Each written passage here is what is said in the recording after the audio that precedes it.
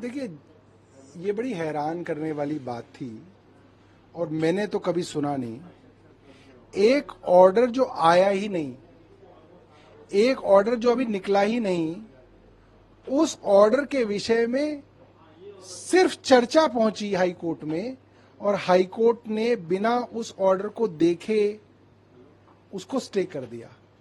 आप समझिए, जब आप ऑर्डर देखेंगे तो आप देखेंगे कि जज ने क्या कहा, किस बात पे बेल दी, और वो बात जो बेल पे दी वो सही थी या गलत थी, उस पे आप उसको स्टे कर सकते हैं ना।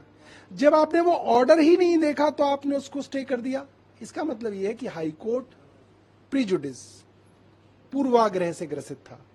उन्होंने पहले ही कुछ जो है मन में सोचा हुआ था, और ये बात सुप्रीम कोर्ट ने भी कहा कि हाई कोर्ट ने इसके ऊपर गलती की।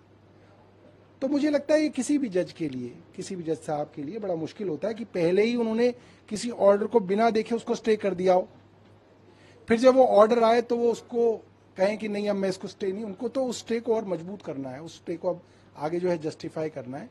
तो हम इसके लिए जो है आगे की लीगल स्ट्रेटजी बनाएंगे। देखिए, पुरानी परंपराएं तो ये होती थी कि इस तरीके के मामलों में चुनाव नहीं कराए जाते थे, क्योंकि स्पीकर को एक तरीके से अभिभावक माना जाता था हाउस का, और स्पीकर भी जो है पक्ष प्रतिपक्ष की तरफ से नहीं होता था, न्यूट्रल होता था। सत्ता पक्ष स्पीकर की पोस्ट ले लेता था और विपक्ष को डिप्टी स्पीकर की पोस्ट मिल जाती थी। डिप्टी स्पीकर के पास काम कुछ नहीं आता था, ज्यादातर तो स्पीकर ही बैठते हैं, मगर एक इज्जत होती थी, एक सम्मान होता था कि चलिए हमने कंसेंसस बिल्डिंग की, हमने कोऑपरेटिव फेडरलिज्म की बात की, हमने कोऑपरेशन से पार्लियामेंट को चलाने की कोशिश की।